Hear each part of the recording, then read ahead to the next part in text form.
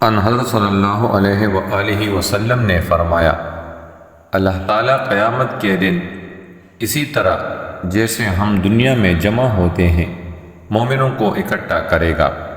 وہ گرمی وغیرہ سے پریشان ہو کر کہیں گے، کاش ہم کسی کی سفارش اپنے مالک کے پاس لے جاتے تاکہ ہمیں اپنی اس حالت سے آرام ملتا۔ چنانچہ سب مل کر آدم علیہ السلام کے پاس آئیں گے، ان سے کہیں گے، آدم علیہ السلام، آپ لوگوں کا حال نہیں دیکھتے کس بلا میں گرفتار ہیں۔ آپ کو اللہ تعالیٰ نے خاص اپنے ہاتھ سے بنایا اور فرشتوں سے آپ کو سجدہ کرایا اور ہر چیز کے نام آپ کو بتلائے، ہر لغت میں بولنا بات کرنا سکھلایا۔ کچھ سفارش کیجئے تاکہ ہم کو اس جگہ سے نجات ہو کر آرام ملے۔ کہیں گے، میں اس لائق نہیں۔ ان کو وہ گناہ یاد آ جائے گا جو انہوں نے کیا تھا، یعنی ممنوع درخت میں سے کھانا۔ مگر تم لوگ ایسا کرو، نوح علیہ السلام پیغمبر کے پاس جاؤ، وہ پہلے پیغمبر ہیں جن کو اللہ تعالیٰ نے زمین والوں کی طرف بھیجا تھا۔ آخر وہ لوگ سب نوح علیہ السلام کے پاس آئیں گے، وہ بھی یہی جواب دیں گے، میں اس لائق نہیں۔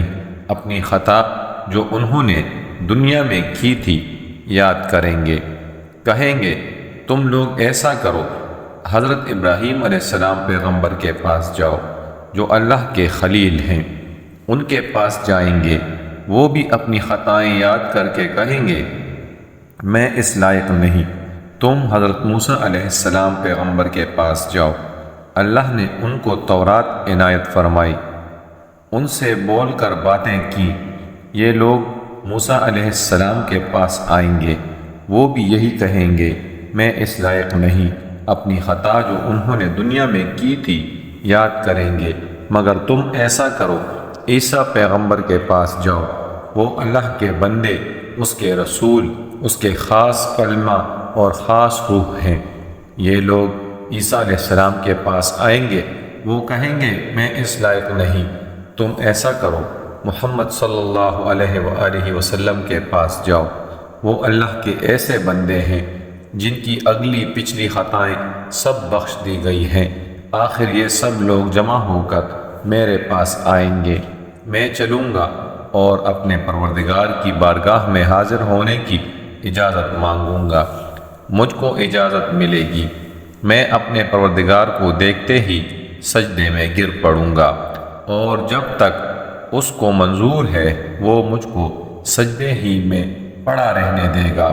اس کے بعد حکم ہوگا، محمد صلی اللہ علیہ وآلہ وسلم، اپنا سر اٹھاؤ اور عرض کرو، تمہاری عرض سنی جائے گی، تمہاری درخواست منظور ہوگی، تمہاری سفارش مقبول ہوگی۔ اس وقت میں اپنے مالک کی ایسی ایسی تعریفیں کروں گا جو وہ مجھ کو سکھا چکا ہے یا سکھلائے گا، پھر لوگوں کی سفارش شروع کر دوں گا۔ سفارش کی ایک حد مقرر کر دی جائے گی، میں ان کو بہشت میں لے جاؤں گا، پھر لوٹ کر اپنے پروردگار کے پاس حاضر ہوں گا اور اس کو دیکھتے ہی سجدے میں گر پڑوں گا۔ جب تک پروردگار چاہے گا مجھ کو سجدے میں پڑا رہنے دے گا۔